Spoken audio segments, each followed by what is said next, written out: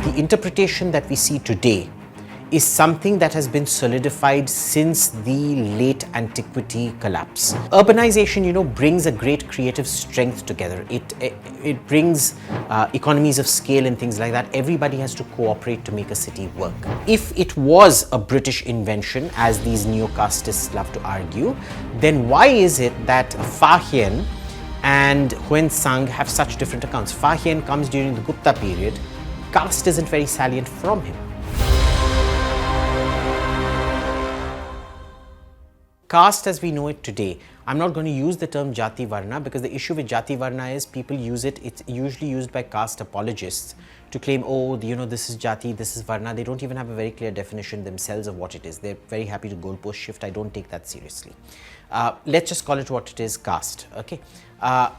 What the interpretation that we see today is something that has been solidified since the late antiquity collapse, which is to say around 500-600 AD at the end of the Gupta Empire, where you saw massive deurbanization. It didn't just happen in India, it happened in the Western Roman Empire, it happened in the Eastern Roman Empire, it happened in the Levant, it happened in Persia, it happened in Central Asia, it happened in every single great empire, great civilization, including India, China being the notable exception of not having gone through that particular phase. Now, what happens is urbanization, brings a great creative strength together. It brings economies of scale and things like that. Everybody has to cooperate to make a city work. Villages are not like that. Village economies are very different. So with deurbanization, you see this sort of caste segregation becoming very, very trenchant.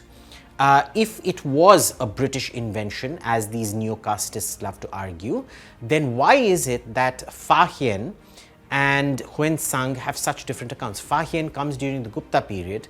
Caste isn't very salient from him. We know Huan Sang comes in Harshavardhana's reign, and caste is very, very important. One of the things he describes is how a Dalit has to tie a broom to his back and literally sweep as he walks to remove the pollution. Now, correct me if I'm wrong, but Britain wasn't even a country in 700 AD. Britain is a country established in 1066 AD by the French, Vikings really, French Vikings, the Normans, who didn't even exist at that point. So what exactly, is Huan Sang a sort of temporal British agent who's been sent back in a time machine? No. This is a very disingenuous argument. It's a bit like the Odyssey, the Iliad Odyssey, based on which people believe that the Greeks could not see the color blue. So the story for our viewers is, nowhere in the Iliad is the word blue used. And when they talk about the sea, they say it was dark like red wine. Now, anybody who's seen water knows we identify it immediately as blue. It is not anything like wine, certainly no wine I have ever seen in my life, and certainly not dark red wine.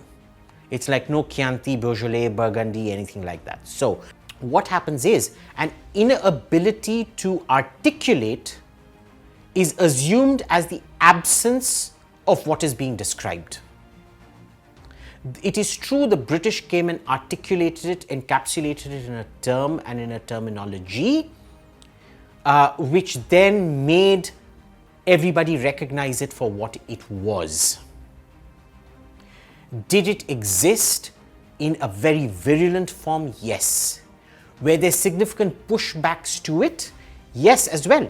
For every period you show me horrific caste discrimination, I will show you a ruler or dynasty from the same period who did not do any of that. There were in fact Dalit dynasties in the Deccan who did not have to concoct some family tree to ennoble themselves retrospectively, who were very proud of their Dalit heritage and celebrated it. So, this is the sort of neo-casteist argument. Oh, caste didn't exist. It was a British concoction, etc., etc. I don't take that seriously. I don't think they're worth taking seriously.